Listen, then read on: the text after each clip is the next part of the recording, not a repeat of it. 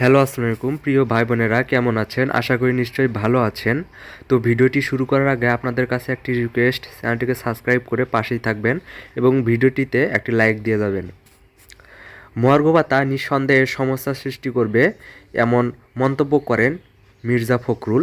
মহার্ঘ ভাতা তো মূল্যস্ফীতি বাড়াবে, কিন্তু সাধারণ মানুষের তাদের তো কোনো আয় বাড়ছে না।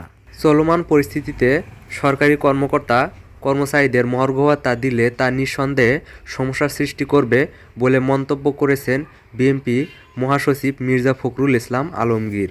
শনিবার সকালে ঢাকায় এক সংবাদ সম্মেলনে তিনি বলেন, আমরা মনে করি সরকার যেহেতু অন্তর্বর্তীকালীন সরকার, এখানে এ ধরনের পদক্ষেপগুলো নিঃসন্দেহে কিছুটা সমস্যা তৈরি করবে।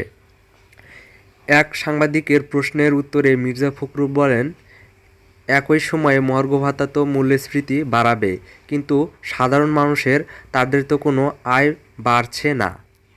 এটা একটা সমস্যা। এই বিষয়গুলো আপাতত খুব বেশি প্রয়োজন ছিল না।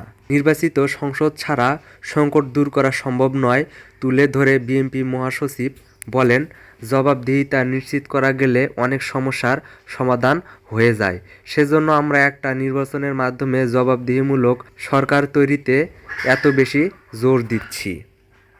গেল ডিসেম্বরে মহার্ঘ ভাতার হার নির্ধারণ ও বাস্তবায়নের জন্য প্রধান উপদেষ্টার মুখ্য সচিব সিরাজ উদ্দিন মিয়াকে আহ্বায়ক করে 7 সদস্যের উচ্চ পর্যায়ের কমিটি গঠন করে অর্থ বিভাগ।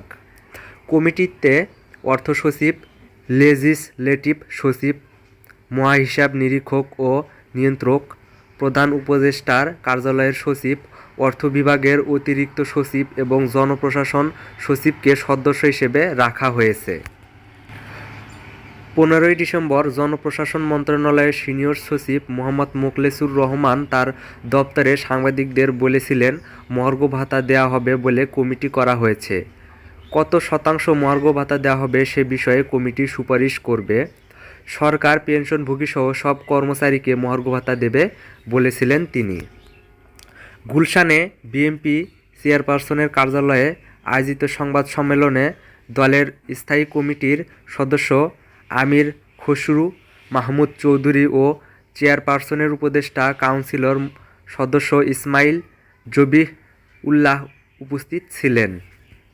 তো ভিডিওটি যদি আপনাদের কাছে ভালো লেগে থাকে তাহলে চ্যানেলটিকে সাবস্ক্রাইব করে পাশেই থাকবেন। তো সবাই ভালো থাকবেন, সুস্থ থাকবেন।